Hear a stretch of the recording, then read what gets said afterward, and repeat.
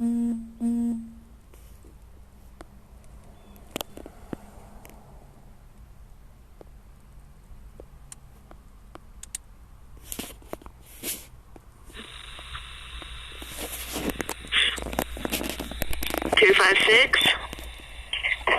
Oh, hi.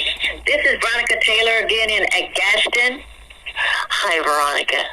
I know you guys are tired of me, but I just wanted to tell you that I love you guys. And I'm sorry for all the things that you go through, and I'm sorry that people doubt, and I understand. I mean, just even talking to people about it, they're so closed, it's ridiculous, and people that are religious are even worse. They don't even want to hear. Family don't want to hear. They think you're absolutely crazy. So you're trying to save them and trying to, because you love them and you talk, you want to help. And you want to help the progress of everybody. Well, they don't want to listen. Everybody telling you, well, we're going to be caught up in the we're not going to be here for the tribulation. We're going to be caught up and go with Jesus in the air. And so I'm saying, well, that part I'm new, so I don't know anything about it. That part. Could you give me, some type of information on, as far as people, is that going to be part of this? Let me tell you something, my beloved Veronica. That they're talking about is not written in nobody's book anywhere. Nowhere is that written. Nowhere is that written. That in which they're talking about may have been featured once upon a time, and no offense, but it may have been on the T.D. Jakes show, or perhaps maybe Oral Roberts show, or maybe Billy Graham's show, who knows. They may be even featured it on John Hagee, but I can tell you it's not written in anybody's book about no rapture going nowhere. So I need you to understand that my Father has told them in Revelation's 21st chapter, I need you to read that. He says that John himself says, behold, I looked and I saw in the heavens, and it was coming down from heaven. He said the new heaven and a new earth, and was right here on this earth. Now, I would have to say this to you. Based upon knowing that alone, reading the 21st chapter of Revelation, where there's a new heaven and a new earth coming down out of the heaven from God, I would ask you the question, if you even deem yourself to be the greatest preacher or the greatest minister or the greatest so-called church-going person in the world, why would you leave something that my Father's sending you two new ones down? Why would you leave it just to be raptured to a place you never heard of before? Right. Then they're saying that they're going to come down back with Jesus Christ to help rule and reign, in new bodies. The word has already told them that he would be here already.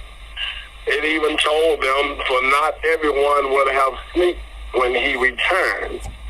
Now, I don't know what part they thinking. I don't think they're going to be wide awake when they go and get raptured on this sky. I don't know what they're riding on. Are they riding on a cloud? Or are they riding on a bus? Or are they going to plan on taking United Airlines? I wouldn't advise that right now, because like even the leader of it is calling himself, he's calling it quits.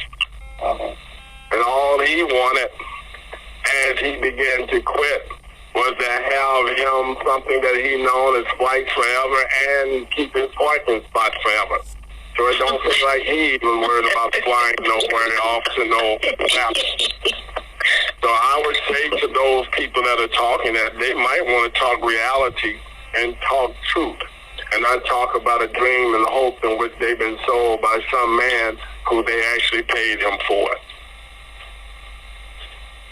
No, I mean, that's what I'm constantly encountering.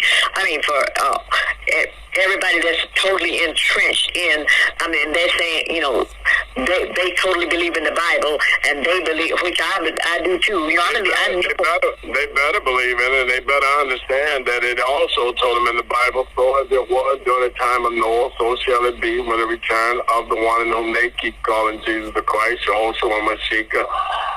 That is his name. Yahoshua. If they want to keep saying that, this is what I need them to understand. That if they believe everything that they read in the book, then perhaps let them tell it there's only going to be 8 people saved, and they will be with Noah. Noah will be one of the 8 if they truly believe in the book in which they reading. Other than that, you tell them, stop playing games with themselves. The book is real. They either believe it or they don't. But for them to read the book and tell me another story, I'm very questionable about people like that. Those are the same people that would give me a recipe to a cake and tell me to leave the eggs out. It might taste a little better without eggs. I'm not trying to hear from them. So we have to call Jesus Mashika? His name is Yahoshua Mashika. Yahoshua Mashika. Yahoshua Mashika. Some call him Yeshua. All those names, I do not care what the people call him, based on the fact that it tells them that he had many names. The only thing I do is to make sure that they know his true name, and they will find that in Psalm 68 and 4. Saying to him who rides upon the clouds by his name Yah. And in there, you will find in the old King James Version of the Bible, they actually spelled it with a J, J-A-H. In the New King James Version of the Bible, they corrected it to a Y-A-H. Saying to him who rides upon the clouds by his name Yah. Psalms 68 and 4. And that name can be found throughout the Bible. And if you go and get one of those Bibles who has a real annotation in it and find the book of Exodus, 6th chapter, you begin to read the 6th chapter of Exodus, verses 1 through 4. It would tell you that even Noah and Moses, all of those guys, it says all of the people back then that were spiritual people, and it's particularly talking about Moses. It says, for Moses at that time did not know him by his real name, which was God Almighty. YHWH means God Almighty. Lord, L-O-R-D. So when you read those scriptures, read them for yourself.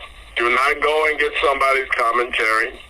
Do not stop by and ask your minister. He's too busy studying for Sunday's sermon. He is not going to tell you everything you need to know about reading it yourself. Exodus 6th chapter, verses 1 through 4. You will find out that even Moses didn't know him by his real name. And then you go and read the book of Psalms 68 and 4.